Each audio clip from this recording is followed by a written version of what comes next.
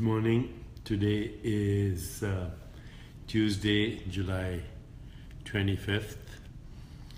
A human construct, of course, but nevertheless useful.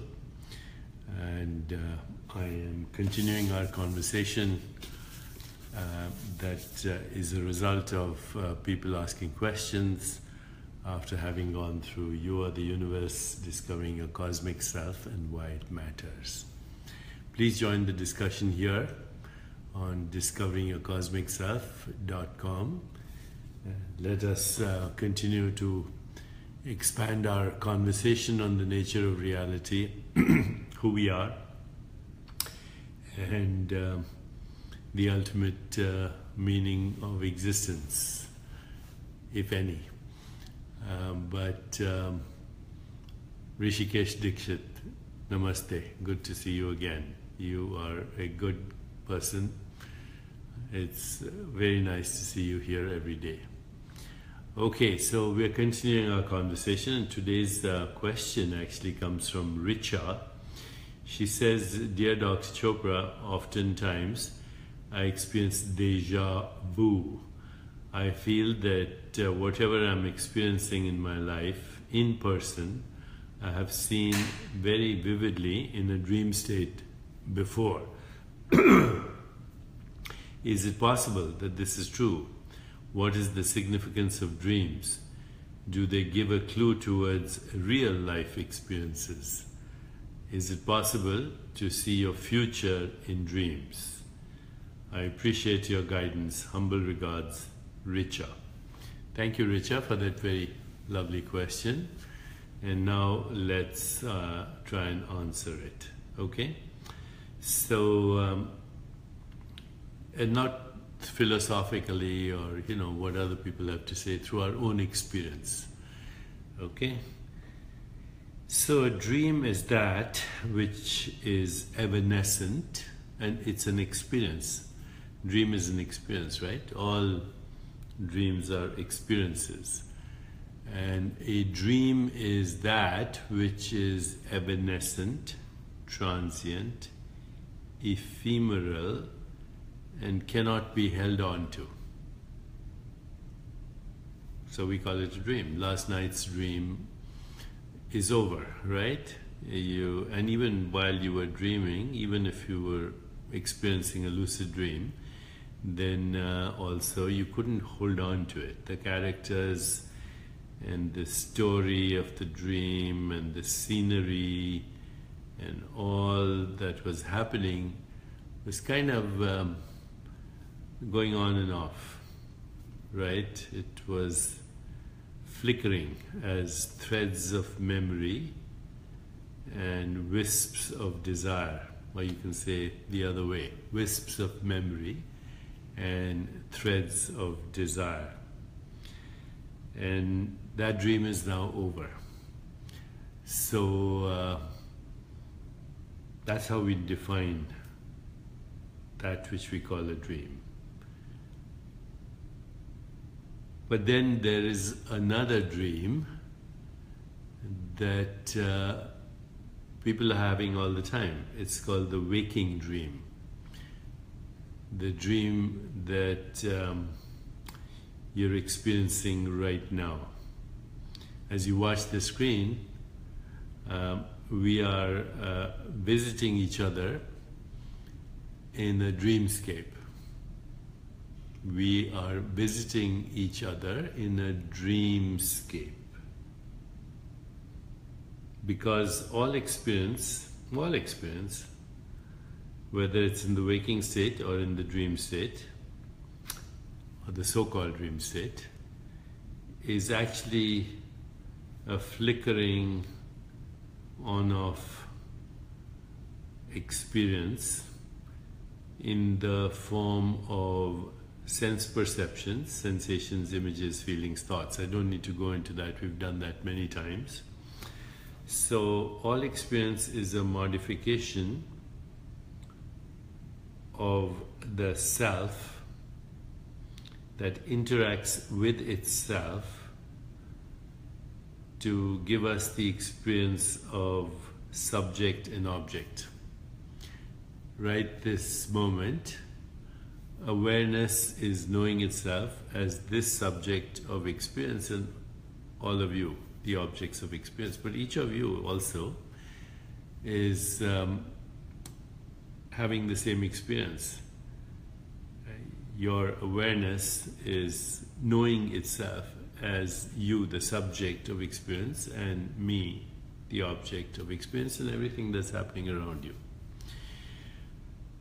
But this on-off flickering of sense perception, sensations, images, feelings, and thoughts occurs in a very rapid sequence. And so it appears to have a continuity, like a movie. But of course, this is a three-dimensional movie in space and time. So, you know, when there were old-fashioned movies where there was a reel in the projection room, and if the reel moved about 28 frames a second, then that gave you the experience of a movie, a continuity. I don't know if anyone has ever watched Charlie Chaplin movies or old movies, and they were very jerky because the frames did not move that fast. There was a little bit of a gap between the frames, so the movie was jerky. But then as things got more sophisticated and the frames appeared sequentially at 24, 28 frames a second, what we saw is a movie. Today, of course, we have digital movies. And Cynthia Mavericks has just ordered your book. Can't wait to read it. Thank you very much, Cynthia. So today, of course, we have digital movies, and it's no longer those old-fashioned reels moving at 24 frames a second. The digital on-off sequences happen very rapidly in a certain pattern, and we experience a movie which is continuous, etc. And so you can also, of course, these days go to movies and wear these special glasses, not these, but the special 3D glasses, and you can experience a 3D movie as well. And of course, recently I actually went to a Star Wars movie that was in 4D. So every time there was a sequence which involved a lot of movement, and maybe there was a violent scene, then my chair would vibrate. And if there was a scene in the forest, then some aroma would kind of come out from the chair, where I could experience the feeling of being in a forest.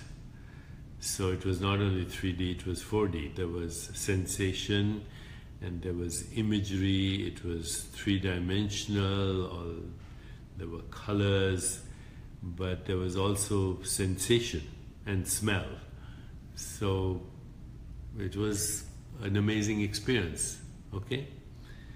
Now, if the movie is very good, if the continuity is very smooth, if it is multi-dimensional sensory experience, what I have called a multi-dimensional spatio-temporal qualia experience.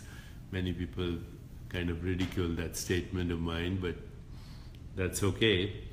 If it's a multi-dimensional spatio-temporal qualia experience, qualia means qualities of awareness, and if the movie has a lot of drama in it, a lot of tension, a lot of contradiction, a lot of paradox, a lot of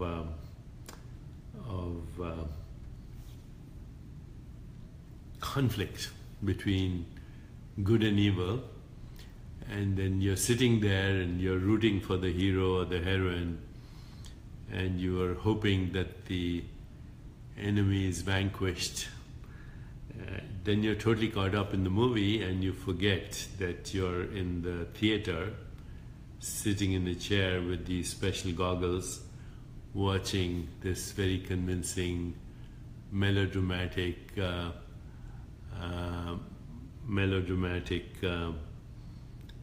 experience, very convincing hallucination, dream, whatever you want to call it. And then if it gets scary, Jessica, Clement and 39 others just shared your video. Thank you, Jessica, and thank you everyone for expanding this conversation. So I'm saying you get caught up in the dream, and if it's really scary sometimes, then you might even want to pinch yourself and say, okay, this is just a movie. It's just a movie. But if the movie is very convincing, then as you leave the theater, you are still thinking about it and you're still caught up in the dream. Everyday reality is like that. We are having a lucid dream right now. You are having a lucid dream right now. It's the flickering on and off of modifications of awareness experienced as colors, sensations, images, feelings, thoughts, sounds, textures, tastes, smells. And they're all modifications of your own being. Okay, you can all see the reasonableness of this. So I now want to come back to Richa's question. She says, I experienced deja vu. Deja vu means you experience that you've had the experience before. Maybe in a night dream or in a waking dream. They're both the same. And Richa also asks, what is the significance of dreams? The significance of dreams is what we may call karma. Karma is the attachment to certain experiences that tend to recycle. And so, let's think of the dream you have at night as unclear dream, and the dream you're having right now as a lucid dream. And of course, at night it's unclear, during the day it seems more lucid, but you can train yourself to dream lucidly at night as well. So before you go to sleep, you can say, tonight I'm going to witness my dreams. And nothing may happen in the beginning, but soon you will have that quality of witnessing awareness in the dream. And then when you wake up, you can recapitulate the dream, and then you realize that you were the witnessing awareness while you were having the dream, and now as recapitulation, you're also the witnessing awareness. And then when you look around yourself, you can also know that you're the witnessing awareness in which all that we call everyday reality appears and disappears. So then the waking state becomes a lucid dream. Significance, it just tells you all the things that you're attached to, all the things that you're conditioned by, and all the things that actually limit your experience of life. Because karma is limiting. When you take a stand as witnessing awareness, then you can see that you're not bound by your dreams, and that you're free to dream any dream into what you call everyday reality, which is another lucid dream. Okay, so I have to take a very short break, only 15 seconds, and then we'll be... Susanna Lopez and 54 others shared your video. Thank you so much, Susanna. Thanks for expanding this conversation. So then Richa also asks, I think I answered her question, what is the significance of dreams? Do they give a clue towards real life experiences? Interesting, isn't it? That we call the lucid waking dream a real life experience. Yes, they do give a clue because they're just basically recycling of karma, and you have to, as I said, if you take a stand as witnessing awareness, then you see that it's all a projection. Is it possible to see your future in dreams? Well, you can see future dreams and present dreams, what are called prophecy dreams or prophetic dreams or precognitive dreams. So precognitive dreams and deja vu are just the moving of the movie in fast forward or going backward. That's it. It's all a dream. Remember when we were kids, there was some poem I remember, slowly, with something about the river. Row, row the boat gently down the stream. Life is just a dream. So your non-local self, your spirit, your consciousness, your awareness knows itself as the subject and the object of dreams. So now some people are asking, why do we have to pay for the 21-day meditation after we've done it once free? Well, a lot of people want to own those meditations, and there is a lot of work required to, pay people to do the work. We have to go to a film studio to record it. There are people who edit the recording, and on and on. So the first 21 days are obviously free, and we do it every 3 months or 4 months. And then afterwards, if you want to buy it, it's up to you. But this is the best we can offer, after all. We have employees that are paid salaries and that have to make a living and take care of their children and families as well.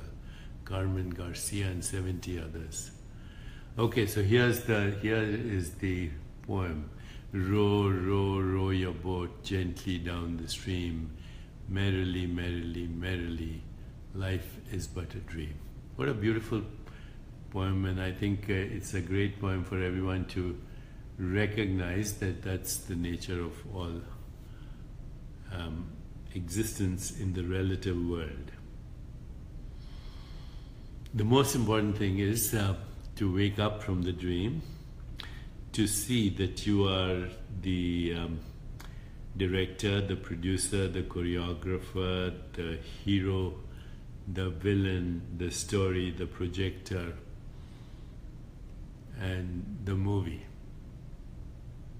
But the real you is, as Rupert Spira, my friend, would say, is the screen that is modulating itself into the show. The show is in time, but